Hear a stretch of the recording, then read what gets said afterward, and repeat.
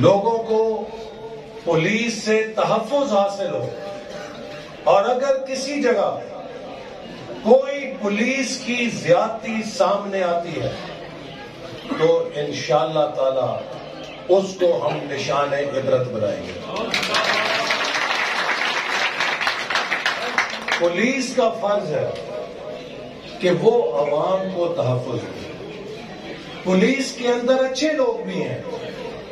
وہ لوگ بھی ہیں جو راتوں کو جاگ کر ہمارے تحفظ کے لیے ڈیوٹیاں دیتے ہیں، اور وہ ہماری خراج تحسین کے مستحق ہیں۔ پولیس میں وہ لوگ بھی ہیں جو چوروں اور ڈاکوؤں کا مقابلہ کرتے ہیں اور اپنی جان پر کھیل کر کرتے ہیں، اور اپنے بچوں کو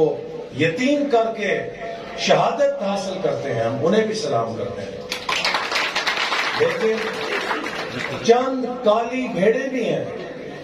کہ جو غریبوں کی جیبیں کاٹ کے اپنی جیبیں بھرتی ہیں، تو ان کالی بھیڑوں کی آپ بھی نشاندہی کریں،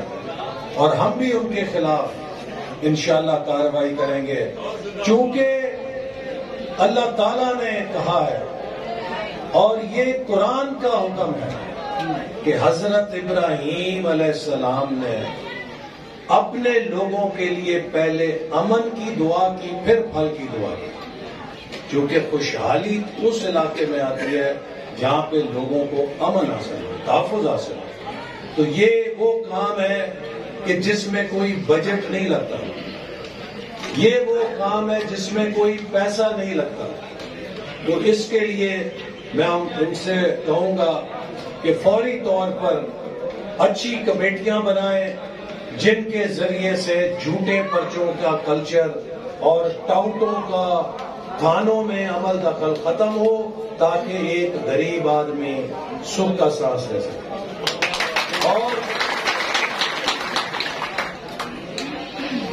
میری ہمیشہ سے یہ کوشش رہی ہے کہ حضرت ابو بکر رضی اللہ عنہ نے جب خلیفہ بن کر پہلا خطبہ دیا تو اس میں اپنے اوپر جو ذمہ داری ڈالی، انہوں نے کہا کہ میرا کام تب پورا ہوگا کہ جب میں طاقتور سے کمزور کا حصہ لے کر اس کو دلوا دوں، اور میں کمزور کو طاقتور کے خلاف طاقتور کر سکوں اور تحفظ دے سکوں۔ تو یہ قیادت کا بنیادی منصب ہے کہ جب اللہ تعالیٰ کسی کو قیادت کے منصب پہ فائز کرے تو اس کا سب سے پہلا فرض ہے کہ وہ کمزور کی طاقت بن جائے، وہ مظلوم کی طاقت بن جائے، اس کی طاقت سے کوئی طاقتور کبھی ظلم کرنے کا تصور نہ کر سکے۔ اور انشاءاللہ مجھے یقین ہے کہ احمد اقبال کی طاقت اس علاقے کے کمزوروں اور مظلوموں کی طاقت ہوگی۔ اسی طرح انشاءاللہ تعالی ہم کوشش کریں گے کہ اسی سال کے اندر ہر وہ یونین کاؤنسل جس میں بچیوں کا ہائی اسکول نہیں ہے، بچیوں کا ہائی اسکول ہر یونین کاؤنسل کے اندر موجود ہو، تاکہ تعلیم کی سہولت غریبوں کو دہلیز پر پہنچ سکے۔ اسی طرح صحت کے جو منصوبے ہیں، تحصیل ہیڈ کوارٹر ہسپتال ظفروال کو ہم نے پچھلے 2 مہینے میں چالو کر دیا ہے، اس کا آپریشن تھیٹر بن چکا ہے،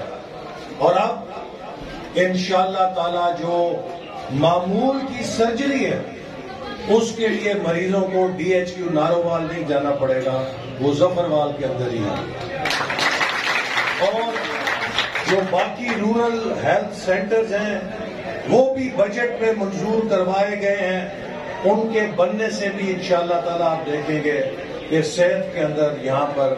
بہت بہتر سہولیات حاصل ہو سکیں گی۔ آخر میں کہنا چاہتا ہوں کہ میرے بھائیوں، یہ حکومت جس کے اوپر عوام نے 8 فروری کو ذمہ داری ڈالی ہے، ہم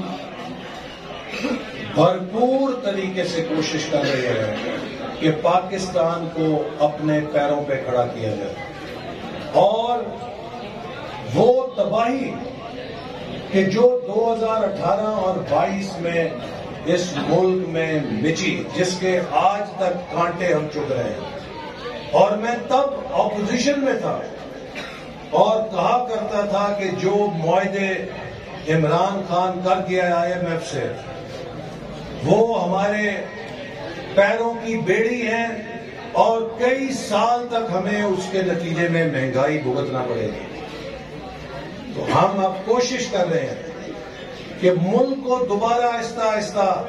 پٹڑی پر لے کر آئیں۔ معیشت کے لیے یہ سال مشکل ہوگا، لیکن مجھے یقین ہے کہ اگر ہم نے سال ڈیڑھ سال صحیح فیصلے اور صحیح سمت میں سفر جاری رکھا، جیسے جب ایکسیڈنٹ ہوتا ہے تو اس کے بعد مریض کو اسپتال میں جب علاج کے لیے لایا جاتا ہے تو ڈاکٹر اسے حلوہ یا چاکلیٹ نہیں کھلاتا، اسے کڑوی دوائی کھانی پڑتی ہے۔ اس کا آپریشن بھی ہوتا ہے جو تکلیف دہ ہوتا ہے، لیکن وہ علاج کا حصہ ہوتا ہے، اور جب وہ آپریشن ہو جاتا ہے، دوائی کا کورس مکمل ہو جاتا ہے، وہ مریض روح صحت ہو جاتا ہے، تو وہ پھر بھاگنے دوڑنے شروع کر دیتا ہے۔ تو پاکستان کو بھی ہماری کوشش ہے کہ اس کی معیشت کو جلد از جلد ہم اپنے پیروں پہ کھڑا کریں۔ آج کسانوں کو، اور یہی نتیجہ ہے کہ اللہ تعالیٰ نے اس کام میں برکت ڈالی۔ جب یہ الیکشن کا مرحلہ آیا تو پیر صاحب کے ساتھ مٹھیاں بھر کے اپنی جیبیں بھی بھر لیں، بلکہ عوام کے پیسے کو اپنے لیے اور اپنی اولاد کے لیے سور کی طرح حرام سمجھا۔